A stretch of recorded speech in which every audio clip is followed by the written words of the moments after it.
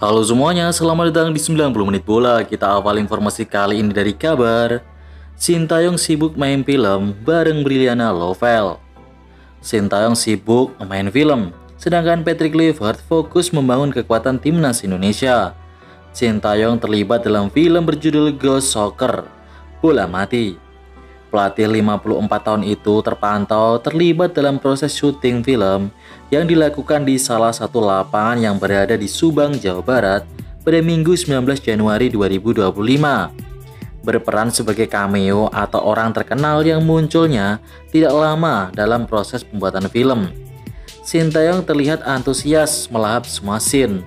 Kelar syuting, Sintayong ditanya soal masa depannya. Yang mengaku sudah mendapatkan penawaran melatih dari tim lain, namun untuk saat ini lebih untuk memilih beristirahat sejenak terlebih dahulu. Menteri PU klaim Tom Haye bisa keni slide di Stadion Kanjuruhan. Menteri Pekerjaan Umum Dodi Hanggono mengklaim Tom Haye bisa mulus melakukan selebrasi keni slide di Stadion Kanjuruhan, Kabupaten Malang, Jawa Timur, sebab rumput lapangan sudah standar FIFA.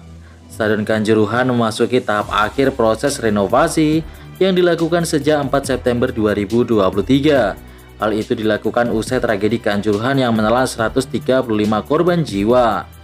Dodi lantas melakukan pengecekan hasil renovasi Stadion Kanjuruhan pada hari Sabtu 18 Januari 2025, termasuk kualitas rumput lapangan. Ia langsung menyinggung soal selebrasi gol meluncur di lapangan. Insya Allah Tom Haye suruh ke sini. Selebrasi keni slide. Selurutan juga mulus. Ini sudah dicek FIFA rumputnya. Insya Allah mulus, kata Dodi dikutip pada Senin 20 Januari 2025. Tempel Persib, Persija raih 4 kemenangan beruntun. Persija Jakarta menuai 4 kemenangan beruntun di Liga 1 setelah melibas Persita Tangerang 2-0.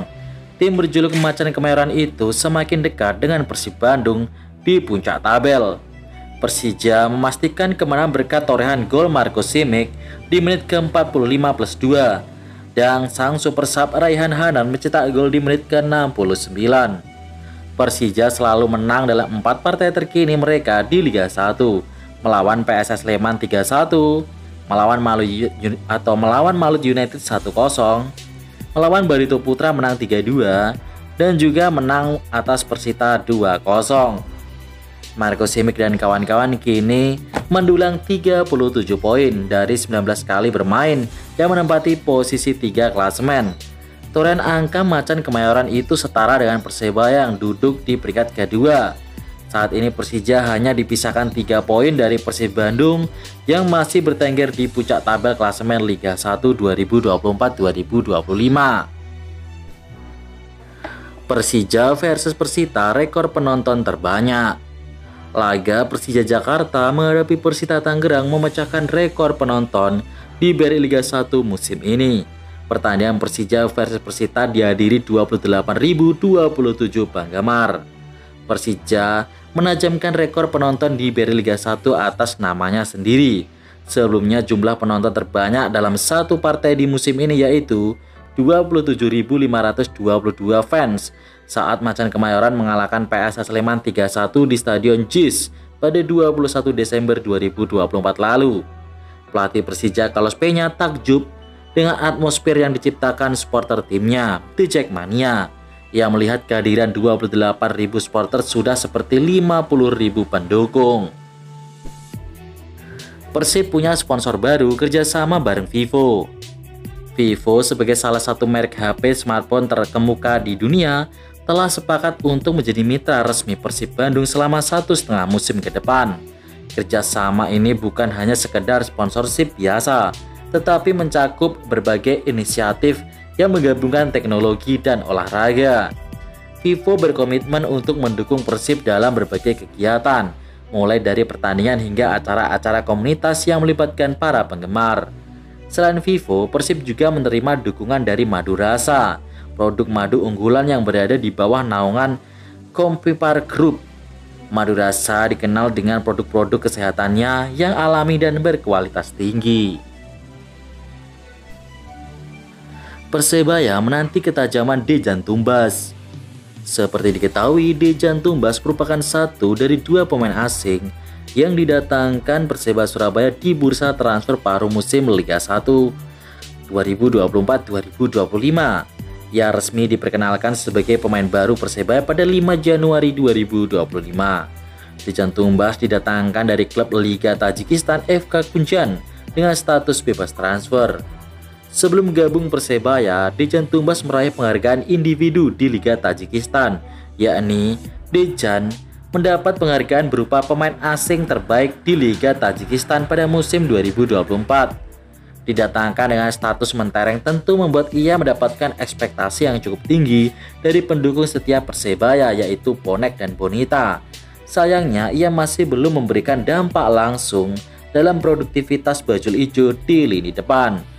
Di dua laga yang sudah ia jalani, dia belum membuat gol maupun assist. Update kondisi Rivera, sosok dibutuhkan Persebaya.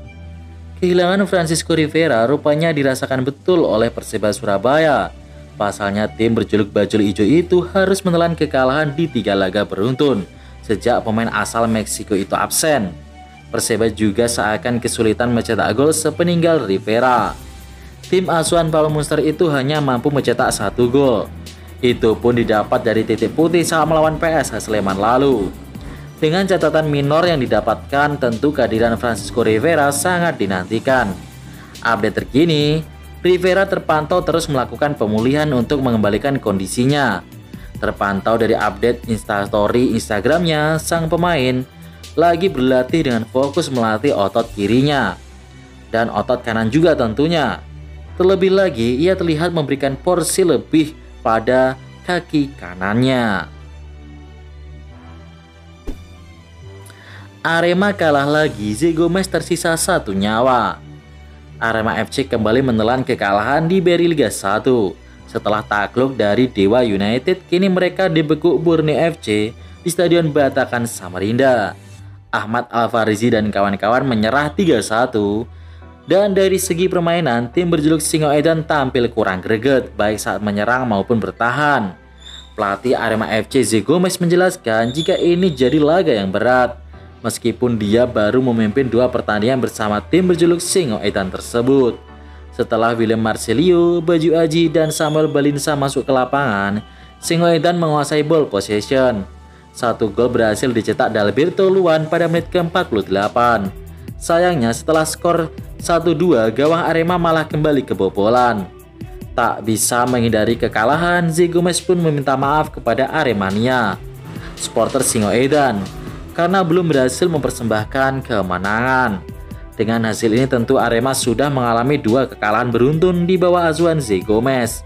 Sementara beberapa waktu lalu manajemen Arema mengatakan akan memecat pelatih andai kalah 3 kali beruntun. Artinya Zé Gomes menyisakan 1 nyawa lagi. Calvin Verdong cetak gol cantik di Liga Belanda. Calvin Verdong tampil memukau bersama klubnya Next Nijmegen dalam lanjutan pekan ke-19 Liga Belanda. Ia ikut membantu timnya menang telak 4-1 atas tamunya Fortuna Sittard di Stadion Gover Nijmegen pada Minggu 19 Januari. Tidak cukup sampai di situ, Calvin Verdong juga mencetak 1 di antara gol kemenangan timnya. Sebuah gol roket dirasakan backside timnas Indonesia itu ke gawang Fortuna Sittard pada menit ke-71.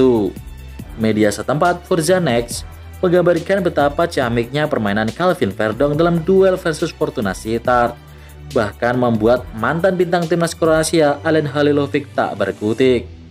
Bagi penggemar sepak bola khususnya di Eropa, nama Alen Halilovic tidak asing lagi. Ia pernah mendapatkan predikat sebagai titisan Lionel Messi saat bermain di Barcelona usai digaet dari Dinamo Zagreb pada musim 2014-2015. Selanjutnya kita ke hasil BRI Liga 1 hari ini.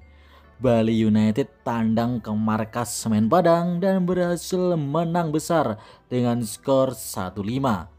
Di pertandingan ini Semen Padang harus bermain 10 pemain karena ada yang kartu merah ya. Sementara itu 2 gol Ramadan Sananta memenangkan Persis Solo atas PSIS Semarang di Derby Jateng, skornya 1-2. Match ini bener-bener keras banget, tapi respect banget buat tim medis PSIS tadi ya. Dan untuk klasemen sementara, Persib Bandung, Persebaya, Persija masih ada di 3 besar. Diikuti Dewa United dan Bali United, juga PSM poinnya sama, dan Persik Kediri juga poinnya sama 31. Persita dan Borneo mepet di bawahnya.